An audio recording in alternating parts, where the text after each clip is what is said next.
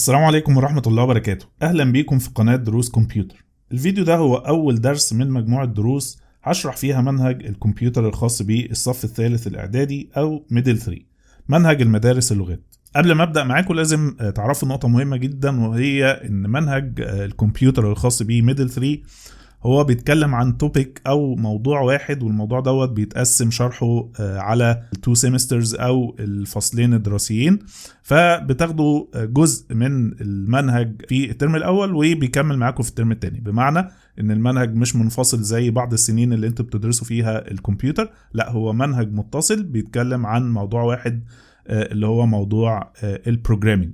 فضروري جدا انا قبل ما ابدا معاكم في شرح المنهج الخاص بالترم الثاني ضروري ان انا اعمل معاكم ريفيجن سريع على الترم الاول. الفيديو ده هيبقى فيديو مش طويل ان شاء الله، هشرح بسرعه ملخص الحاجات اللي انتوا درستوها في الترم الاول عشان لما ابدا معاكم في شرح منهج الترم الثاني تبقى الامور واضحه بالنسبه لكم.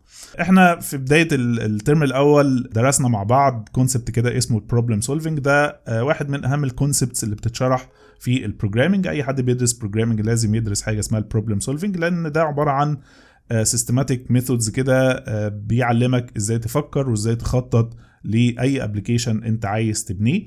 وكان اول تشابتر عندنا كان بعنوان بروبلم سولفينج، اللي من خلاله عرفني مراحل البروبلم سولفينج اللي هم 5 مراحل. 5 مراحل دولت اللي هم بيبداوا معايا بالبروبلم ديفينيشن، بعد كده في الالجوريثم بريباريشن، بعد كده في حاجه اسمها البروجرام ديزاين، بروجرام تيستنج، وفي النهايه البروجرام دوكيومنتيشن. طبعا البروبلم ديفينيشن خلالها شفنا مع بعض تحديد الانبوتس والاوتبوتس بتاعه اي ابلكيشن، المدخلات والمخرجات بتاعته. وكان اهم جزء في المنهج بتاع الترم الاول على الاطلاق اللي هو موضوع الالجوريثم بريباريشن، واللي كنت من خلاله بعبر عنه باستخدام ما يسمى بالفلو تشارت. انا متاكد ان انتوا فاكرين الفلو تشارت، وشفنا مع بعض 3 انواع من الفلو تشارتس وهكذا. خلوني اقول لكم ان تقريبا هي دي المراحل او دي الستيجز بتاعه بناء اي ابلكيشن اللي لازم يمشي، او البروجرامر لازم يمشي على ال5 مراحل دول. المنهج الترم الاول ركز معاكم اكتر على موضوع البروبلم ديفينيشن والالجوريثم بريباريشن، لان هم دولت البدايه الحقيقيه في بناء اي برنامج. الحاله الخاصه بالبروجرام ديزاين دي هي اول مرحله من مراحل بناء الابلكيشن.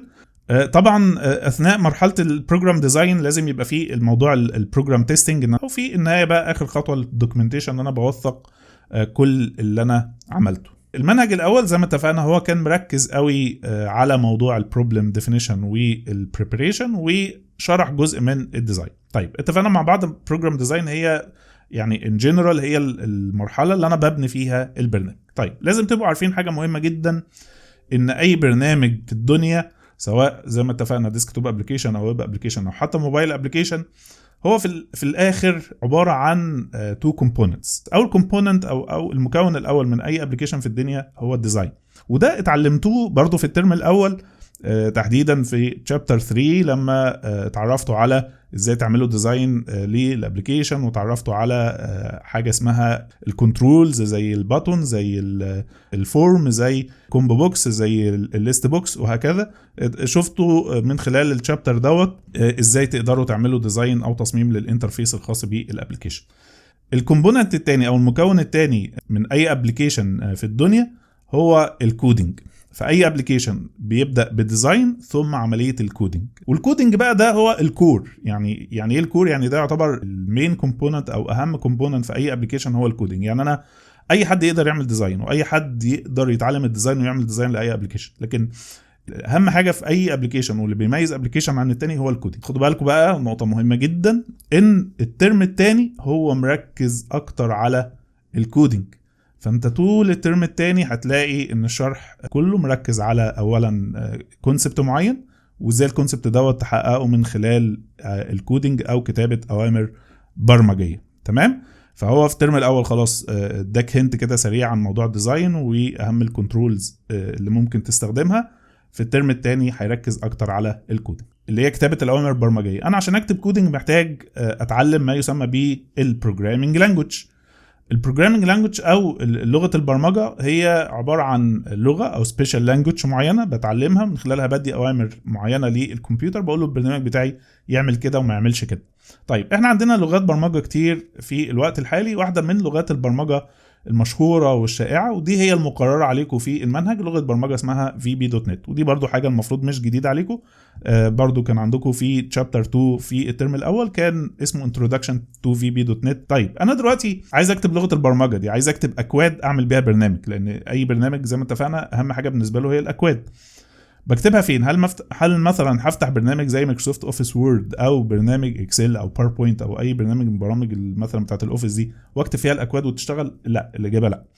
انا عشان اكتب اكواد وتشتغل محتاج اتعامل مع حاجه كده اسمها الاي دي اي. اولا اي دي اي اختصار لانتجريتد ديفلوبمنت انفايرمنت. بقى الاي دي اي هو عباره عن ايه؟ الاي دي اي هو عباره عن بلاتفورم بيوفر لي تولز اللي انا من خلالها اقدر اعمل ديزاين للابلكيشن بتاعي، وكمان اقدر اكتب جواه اكواد بلغه برمجه معينه زي الفيجوال بيزك مثلا، وفي النهايه اصنع ابلكيشن. طيب مين اشهر اي دي اي عندنا بيوفر لي القصه دي؟ اسمه فيجوال ستوديو. فخلاصه الكلام ده احنا دلوقتي عايزين نصنع ابلكيشن. الابلكيشن عباره عن حاجتين، ديزاين وكودينج. عايز اعمل ديزاين وكودينج، عشان اعملهم محتاج اي دي اي. اشهر اي دي اي عندنا هو مين؟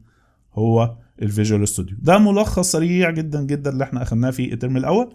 برضو قبل ما نبدا محتاج ان انا افكركم بالفيجوال ستوديو، نفتحه نشتغل عليه كده بسرعه شديده جدا، نعمل حاجه بسيطه قوي بحيث تبقى الذاكره حاضره بالنسبه لكم، عشان ان شاء الله بدءا من الفيديو اللي جاي هبدا معاكم في شرح منهج الترم الثاني. واللي انا قلت لكم ان طول الشرح هيبقى الموضوع اكتر حاجه كودينج، فهنستخدم الفيجوال ستوديو كتير، فبالتالي محتاج ان انا دلوقتي افكركم بيه. ونصيحه برضو مهمه جدا، ودي من الحاجات اللي انا بصراحه مستغربها قوي في منهج ميدل 3، ان هو بيشرح البروجرامنج لكن للاسف شديد في النهايه الامتحان نظري. فكتير جدا من الطلبه بلاقيهم ان هم بيبقوا مهتمين ان هم يحفظوا نظري، يحفظوا المصطلحات، يبقوا عارفين ازاي يجاوبوا على الاسئله، ومش مهتمين خالص ان هم يعملوا براكتس بشكل عملي. لكن انا نصيحه من القلب، خصوصا منهج الترم الثاني للاسف هتلاقوه اصعب سنه من منهج الترم الاول، وجزء كبير جدا من عمليه تسهيل دراسه المنهج ده هو ان انتوا تشتغلوا عملي بايديكم. كل ما اشتغلتوا عملي بايديكم كل ما هتلاقوا ان الموضوع بقى اسهل في المذاكره والحفظ.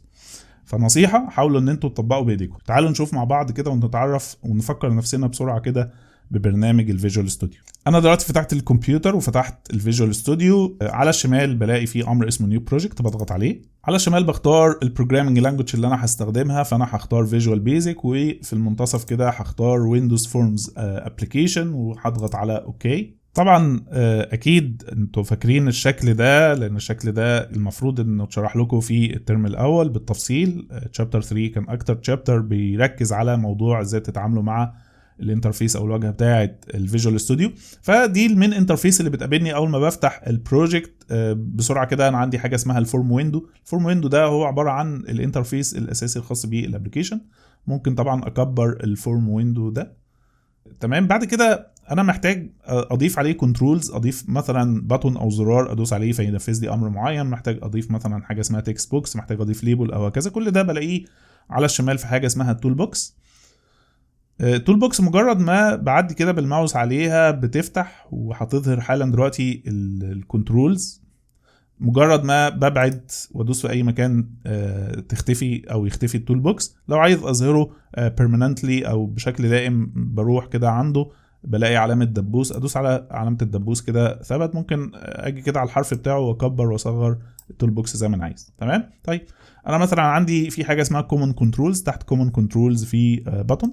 لو جيت سحبت الباتون في اي مكان وضفته على الفورم، تمام، فبيجيب لي الباتون. طب انا مثلا عايز اغير البروبرتيز بتاعت الباتون ده، زي مثلا عايز اشيل كلمه باتون 1 واحط مكانها اي كلمه، عايز الون الكلام، عايز اكبر الفونت. كل الكلام ده بتعامل معاه من خلال شاشه كده على اليمين اسمها البروبرتيز ويندو. دي برضو درستوها بالتفصيل في الترم الاول. انا متاكد دلوقتي ان بدا يحصل ريستور للميموري عندكم، وبداتوا تقولوا صحيح والله الحاجات دي فعلا احنا اخدناها سبحان الله في الترم الاول فعلا، وكان الترم الاول ده عدى عليه مثلا 5 سنين. فدلوقتي هتبداوا تفتكروا الحاجات دي. طبعا اللي مش فاكر الحاجات دي لازم يكشف عند دكتور، لان كده غلط، لان الحاجات دي ما فاتش عليها يعني كام شهر يعني. تمام. فالمهم دلوقتي لو جيت وقفت على الباتون كده هيجيب لي البروبرتيز بتاعت الباتون. مثلا من ضمن اشهر البروبرتيز اسمها تكست. لو انا عايز اغير التكست الابير تكست اللي بيظهر على الباتون، زي مثلا عايز اكتب مثلا تيست، كتبت تيست وهدوس انتر وهكذا. تمام. واخر مكان عندي سوليوشن اكسبلورر، ده اللي بيبقى فيه الهيراركيكال فيو الخاص بالبروجكت بتاعي والمكونات بتاعته. طيب في حاجه مهمه جدا لازم نبقى عارفينها طول الوقت واحنا شغالين في الفيجوال ستوديو، ان طول الوقت بعمل سويتش بين تو مودز. المود الاول اللي انا شغال عليه دلوقتي اسمه الديزاين مود، والديزاين معناها تصميم. الديزاين مود ده اللي انا من خلاله بديزاين الابلكيشن بتاعي، مثلا بغير في الفونت، بغير في الكالر، الباك جراوند، الكلام ده كله. بدليل ان انتوا لو تاخدوا بالكم هتلاقوا مكتوب كده في التاب اللي فوق مكتوب form1.vb بين سكوير براكتس كلمه ديزاين. فاكرين لما في بدايه الفيديو لما قلت لكم ان طول الوقت وانا بعمل ديزاين او تصميم لازم طول الوقت اعمل تيست للي انا بعمل له ديزاين او اللي انا بكتبه كاكواد مثلا بكتبها، لازم اعمل تيست عشان خاطر اتاكد ان الكلام اللي انا بعمله ده هيشتغل بشكل مظبوط مع الكلاينت ولا لا. طيب ازاي اعمل تيست هنا؟ بعمل تيست من خلال الانتقال لمود تاني بقى اسمه الران تايم مود. يبقى احنا عندنا طول الوقت زي ما اتفقنا ان احنا بنعمل سويتش بين تو مودز. المود الاول اللي انا شغال عليه دلوقتي اسمه ديزاين مود. جيت عملت حاجه في الديزاين وعايز اجربها هتشتغل ازاي لما البرنامج يخلص، او البرنامج يعني في النهايه اعمل له فينيشنج واسلمه للكلاينت او انا حتى هشتغل عليه. لازم اسويتش ليه مود تاني اسمه الران تايم. عشان اسويتش للران تايم مود من خلال علامه التريانجل الصغيره اللي فوق اللي لونها اخضر دي، زي ما شايفين مجرد ما اتحركت بالماوس وجيت وقفت عندها هلاقي مكتوب ستارت ديباجنج وبين قوسين F5. يعني لو دوست على F5 كاني دوست على السهم ده. لو دوست كده هلاقي البرنامج دلوقتي انتقل معايا لما يسمى بالران تايم مود، اللي هو وضع التشغيل. ده الوضع الاكشولي او الوضع النهائي الفعلي البرنامج هيشتغل عليه في النهايه بعد ما اخلص. طيب ادي البرنامج دلوقتي في وضع الران تايم مود. انا عندي باتون دلوقتي ضفته. هسالكم سؤال، انا دلوقتي لو دوست على الباتون ده هل في اي اكشن متوقعين ان هو يحصل؟ فكروا كده شويه. قلتوا ايه؟ اكيد لا، صح؟ ليه؟ هو هيعمل، انا قلت له يعمل حاجه لما ادوس على الباتون ده يعمل حاجه، فبالتالي انا ما قلتلوش اي حاجه. طيب بقولها له ازاي؟ انا هل بقولها له كده ببقي يعني اقول له من فضلك لما ادوس على الزرار اعمل كذا؟ قال لك لا، اي اكشن عشان يحصل محتاج تكتب كود. تمام. وده بقى اهم حاجه هتتعلموها الترم ده، ازاي تكتبوا اكواد. فانا عايز بقى خلف الباتون ده اكتب كود اقول له لما ادوس عليه كليك في وضع الران تايم مود مثلا طلع رساله رحب ب اللي هم ضيوف قناه دروس كمبيوتر. طيب اعملها ازاي؟ قال لك طبعا في كذا طريقه اتعلمتوها في الترم الاول، ان انتوا مثلا بتقفوا على الفورم وتدوسوا على F7 تمام وتنشئوا حاجه اسمها ايفنت هاندلر. تمام. لكن اسهل حاجه خالص ان انا مثلا دلوقتي مش انا الكود عايز انفذه على مستوى الباتون، يعني الكود يتنفذ لما ادوس كليك على الباتون. قال لك خلاص تعالى عند الباتون دبل كليك عليه هينقلك بقى لويندو تانية كده اسمها الكود ويندو. يبقى انا عندي دلوقتي بقيت فاتح تو ويندوز تمام في نفس الفورم، فاتح الديزاين ويندو الخاصه بالفورم وفاتح الكود ويندو الخاصه بالفورم. زي ما انتم شايفين حتى form1.vb بين سكوير براكت ديزاين وform1.vb بس. تمام. ده كده الكود ويندو، ده المكان اللي بكتب فيه كود، وده الديزاين ويندو الخاص بالفورم. طيب هروح عند الكود ويندو. طبعا هنا زي ما انتم شايفين وقفني ما بين حاجه اسمها برايفت سب باتون 1 اندرسكور كليك تمام، وفي النهايه هاندلز باتون 1 دوت كليك. ده اسمه ايفنت هاندلر، يعني بيهاندل ايفنت معين لما مثلا بدوس كليك او كذا. طيب ما بين برايفت سب وانت سب بكتب الكود بتاعي. انا بس الدنيا عشان تبقى واضحه فهنزل تحت اكبر الزوم، بدل ما هو 100% هختاره مثلا 150% وهكتب كود. مثلا ابسط كود لو انا عايز اطلع رساله مثلا تظهر مجرد ما ادوس على الباتون هكتب كده امر مسج. زي ما شايفين مجرد ما كتبت MSG هو لوحده راح مطلع لي كده ايه ليست كده فيها مسج بوكس. لو انا مكسل اكمل بقيه الكلمه في زرار اسمه تاب في الكيبورد في الشمال كده لو دوست عليه يروح مكمل لي بقيه الكلمه. طيب ايه هي التكست او المسج اللي انا عايز اظهرها من خلال الكود ده؟ بفتح بارنتسيز او قوس وبعدين علامه دبل كوتيشن ماركس. لو عايزين تعرفوا ازاي بتجيبوا الدبل كوتيشن ماركس شيفت وحرف الطه من الكيبورد، وبكتب اي كلمه بقى بالانجلش بالعربي باي حاجه انا عايزها. فهكتب مثلا هلو مثلا وورلد، من اشهر الكلمات اللي بيستخدموها البروجرامرز مثلا لما بييجوا يجربوا اول كود دي. هرجع تاني للديزاين مود وهرجع تاني ادوس على علامه الستارت ديباجنج. انتم شايفين البرنامج اشتغل. بصوا بقى المره دي لما هدوس على الزرار ايه اللي هيحصل؟ طلعت لي رساله كده فيها هلو وورلد. تمام. فهنا الرساله طلعت نتيجه ان انا كتبت كود معين.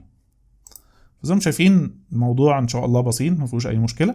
كل ده ملوش علاقه بالترم، او يعني انا ما شرحتش اي كلمه جديده في الترم الثاني. انا كل ده بعمل لكم ريفيجن سريع للحاجات اللي انتوا اخدتوها في الترم الاول، لان هو في الترم الثاني هو بادئ يكمل على طول. تمام، فبالتالي لابد ان انتوا تبقوا فاكرين اللي انتوا درستوه عشان تعرفوا تكملوا صح في الترم الاول. طب انا خلاص خلصت وعايز اعمل سيف للكلام ده، في علامه سيف فوق لو دوست عليها بيقول لي انت عايز تسمي مثلا البروجكت دوت ايه، فبختار التسميه. في حاجه اسمها سوليوشن وفي حاجه اسمها بروجكت، هنا باي ديفولت الاثنين واحد، انا هسيبهم عادي كده وبعدين هقول له سيف، يبقى انا كده سيفت البروجكت بتاعي. تمام، وبكده اكون وصلت معاكم لنهايه الفيديو ده، اول درس ريفيجن سريع على منهج الترم الاول. ان شاء الله بقى من الفيديو اللي جاي هبدا معاكم في شرح منهج الترم الثاني. اشوفكم على خير دايما، والسلام عليكم ورحمه الله وبركاته.